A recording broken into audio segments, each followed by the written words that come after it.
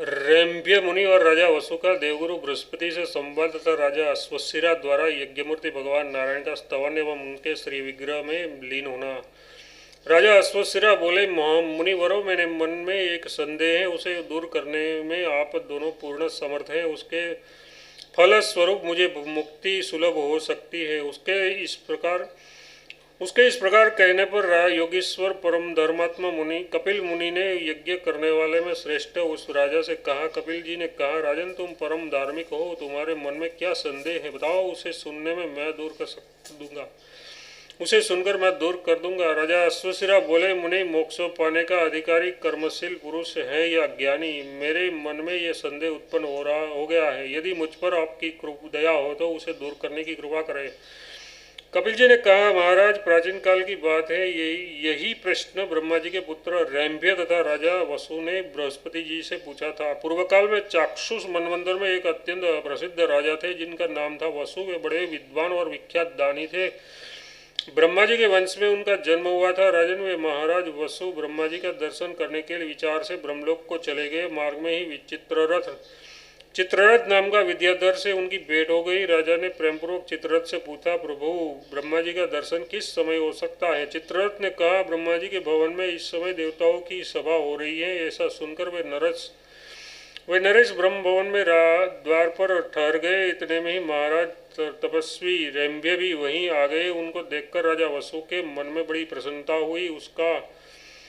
उनका रोम रोम आनंद से खिल उठा। तदनंतर रैम्भ्य मुनि की पूजा करके राजा ने उनसे पूछा, मुनि, आप कहाँ चल पड़े?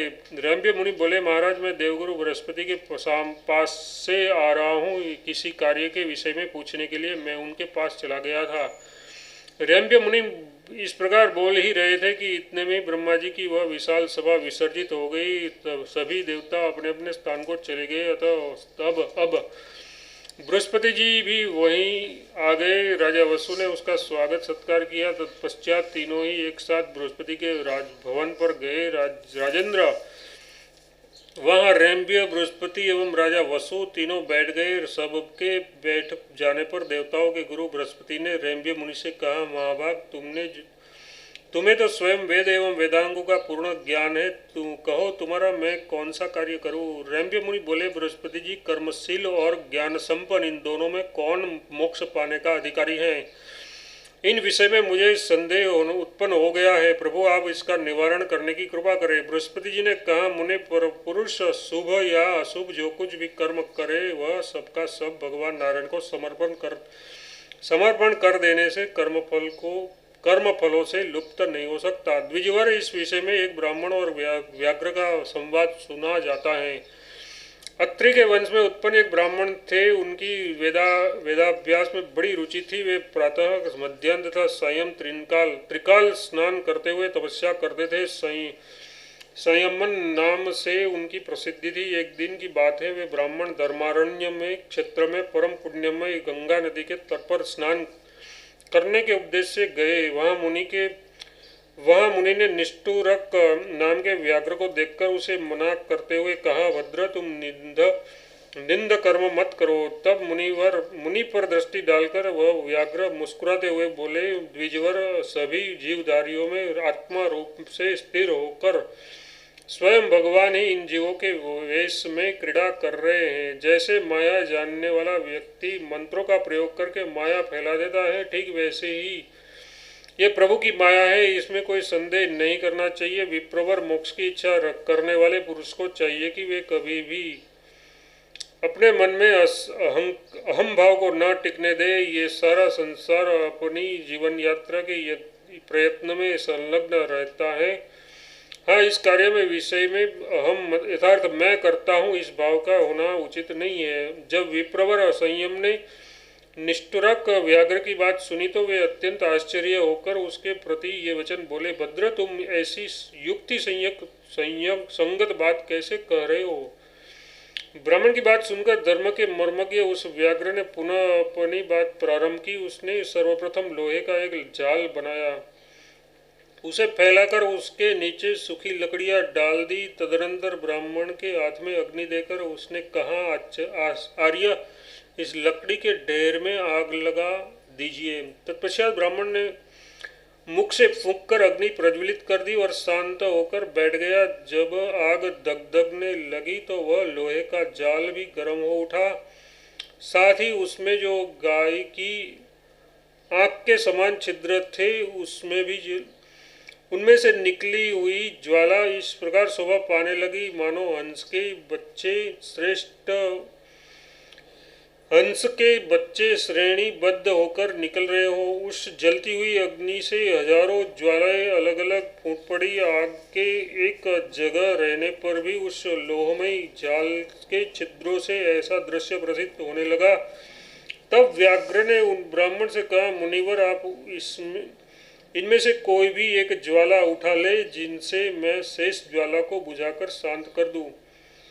इस प्रकार कहकर उस व्याघ्र ने जलती हुई आग पर जल से भरा हुआ इस प्रकार कहकर उस व्याघ्र ने जलती हुई आग पर जल से भरा एक घड़ा तुरंत फेंका। फिर तो वह आग एकाएक शांत हो गई, सारा दृश्य पूर्ववत हो गया। अब व्याघ्र ने तपस्वी संयम से कहा, भगवान, आपने जो जलती आग ले रखी है वह उसी अग्नि पुंज से प्राप्त हुई है, उसे मुझे दे दे, जिसके सहारे मैं अपनी जीवन यात्रा संपन्न कर सकूं। व्याघ्र के इस प्रकार कहने पर जब ब्राह्मण ने लोहे के जाल की ओर दृष्टि डाली तो वहां अग्नि थी ही नहीं, वह तो पूंजीभूत अग्नि के समाप्त होते ही शांत हो गई थी। तब कठोर व्रत का पालन करने वाले संयमन की आंखें मुंद गई और वे मौन होकर बैठ गए। ऐसी स्थिति में व्याघ्र ने उनसे कहा, विप्रवर, अभी थोड़ी देर पहले आग दगदग रही थी, ज्वालाओं का और छोर नहीं था, किंतु मूल के शांत होते ही सब की सब ज्वालाएं शांत हो गई। ठीक है, यही बात इस संसार की भी है। परमात्मा ही प्रकृति का संयोग प्राप्त करके समस्त भूत प्राणियों के आश्रय रूप में विराजमान होते हैं। ये जगत तो प्रकृति में विक्षोभ विकार उत्पन्न होने से प्रादुर्भूत होता है। अतएव संसार की यही स्थिति है। यदि जीवात्मा शरीर धारण करने पर अपने स्वाभाविक धर्म का अनुष्ठान करता हुआ हृदय में सदा परमात्मा से संयुक्त रहता है तो वह किसी प्रकार का कर्म करता हुआ भी विषाद को प्राप्त नहीं होता। बृहस्पति जी ने कहा, राजेंद्र, निष्ठुर व्याघ्र और संयमन ब्राह्मण की उपयुक्त बातें समाप्त होते ही उस व्याघ्र के ऊपर आकाश से पुष्पों की वर्षा होने लगी। साथ ही द्विजश्रेष्ठ संयमन ने देखा कि कामचारी अनेक दिव्य विमान वहां पहुंच गए हैं। वे सभी विमान बड़े विशाल एवं भांति भांति के रत्नों से सुसज्जित थे जो निष्ठुर को लेने आए थे। तत्पश्चात विप्रवर संयमन ने उन सभी विमानों में निष्ठुरक व्याघ्र को मनोनुकूल उत्तम रूप धारण करके बैठे हुए देखा। क्योंकि निष्ठुरक व्याघ्र अद्वैत ब्रह्म का उपासक था, ऐसे योग की सिद्धि सुलभ थी। अतएव उसने अपने अनेक शरीर बना लिए। ये दृश्य देखकर संयमन के मन में बड़ी प्रसन्नता हुई और वे अपने स्थान को चले गए। अतः द्विजवर रैम्य एवं राजा वसु अपने वर्णाश्रम धर्म के अनुसार कर्म करने वाला कोई भी व्यक्ति निश्चय ही ज्ञान प्राप्त करके मुक्ति का अधिकारी हो सकता है। राजा ने यह प्रसंग सुनकर रैम्य और वसु के मन में जो संदेह था वह समाप्त हो गया। अतः वे दोनों बृहस्पति के लोक से अपने अपने आश्रम को चले गए। अतः एवं राजेंद्र, तुम भी परम प्रभु भगवान नारायण की उपासना करते हुए अभेद बुद्धि से उन परम प्रभु परमेश्वर की अपने शरीर में स्थिति का अनुभव करते रहो। भगवान वराह कहते हैं, पृथ्वी मुनिवर कपिल जी की ये बात सुनकर राजा अश्वशिरा ने अपने यशस्वी श्रेष्ठ पुत्र को, जिसका नाम तुलसिरा था, बुलाया और उसे अपने राज्य पर अभिषेक करके वे स्वयं वन में चले गए। नैमिषारण्य पहुंचकर वहां यज्ञमूर्ति भगवान नारायण का स्तवन करते हुए उन्होंने उनकी उपासना आरंभ कर दी। पृथ्वी बोली, परम शक्तिशाली प्रभु राजा अश्वशिरा ने यज्ञ पुरुष भगवान नारायण की किस प्रकार स्तुति की और वह स्तोत्र कैसा है, ये भी मुझे बताने की कृपा करें। भगवान वराह कहते, राजा अश्वशिरा द्वारा यज्ञमूर्ति भगवान नारायण की स्तुति इस प्रकार हुई। जो सूर्य, चंद्रमा, अग्नि, इंद्र, रुद्र तथा वायु आदि अनेक रूपों में विराजमान है, उन यज्ञ मूर्ति भगवान श्री हरि को मैं नमस्कार करता हूँ, जिनके अत्यंत भयंकर दाढ़ है एवं भयंकर दाढ़ है। सूर्य एवं चंद्रमा जिनके नेत्र हैं, संवत्सर और दोनों अयन जिनके उदर हैं, कुश समूह ही जिनकी रोमावली है, उन प्रचंड शक्तिशाली यज्ञ स्वरूप सनातन श्री हरि को मैं प्रणाम करता हूँ।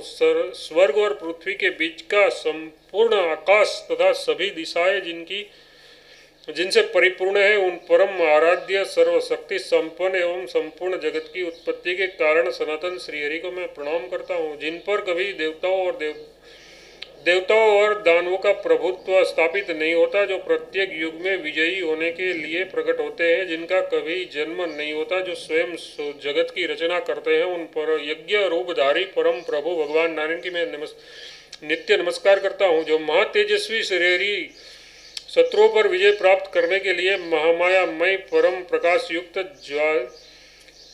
जाजल्यमान सुदर्शन चक्र धारण करते हैं तथा सांग धनुष एवं शंख आदि से जिनकी चारों भुजाएं सुशोभित होती है, उन यज्ञ रूपधारी भगवान नारायण को मैं नित्य नमस्कार करता हूँ, जो कभी हजार सिर वाले, कभी महान पर्वत के समान शरीर धारण करने वाले तथा कभी त्रसरेणु के समान सूक्ष्म शरीर वाले बन जाते हैं, उन यज्ञ पुरुष भगवान नारायण को मैं सदा प्रणाम करता हूँ, जिनकी चार भुजाएं, जिनके द्वारा अखिल जगत की सृष्टि होती है। अर्जुन की रक्षा के निमित्त जिन्होंने हाथ में रथ का चक्र उठा लिया था तथा जो प्रलय के समान कालाग्नि का रूप धारण कर लेते हैं, उन यज्ञ स्वरूप भगवान नारायण को मैं नित्य नमस्कार करता हूँ। संसार के जन्म मरण रूप चक्र से मुक्ति पाने के लिए जिन सर्वव्यापक पुराण पुरुष परमात्मा की मानव पूजा किया करते हैं तथा जिन अप्रमेय परम प्रभु का दर्शन योगियों को केवल ध्यान द्वारा प्राप्त होता है, उन यज्ञ मूर्ति भगवान नारायण को मैं नित्य नमस्कार करता हूँ। भगवान जिस समय मुझे अपने शरीर में आपके वास्तविक स्वरूप की झांकी प्राप्त हुई, उसी क्षण मैंने मन ही मन अपने को आपके अर्पण कर दिया। मेरी बुद्धि में ये बात भलीभांति प्रतीत होने लगी कि जगत में आपके अतिरिक्त कुछ है ही नहीं। तभी से मेरी भावना परम पवित्र बन गई है। इस प्रकार राजा अश्वशिरा यज्ञ मूर्ति भगवान नारायण की मूर्ति कर रहे थे। इतने में ही यज्ञ वेदी से निकलकर उसके सामने अग्निशिखा के तुल्य एक महान तेज उपस्थित हो गया। अब इस शरीर का त्याग करने की इच्छा से राजा अश्वशिरा उसी में समा गए और यज्ञ पुरुष भगवान नारायण के उस तेजोमय श्री विग्रह में लीन हो गए। अध्याय 5वां समाप्त।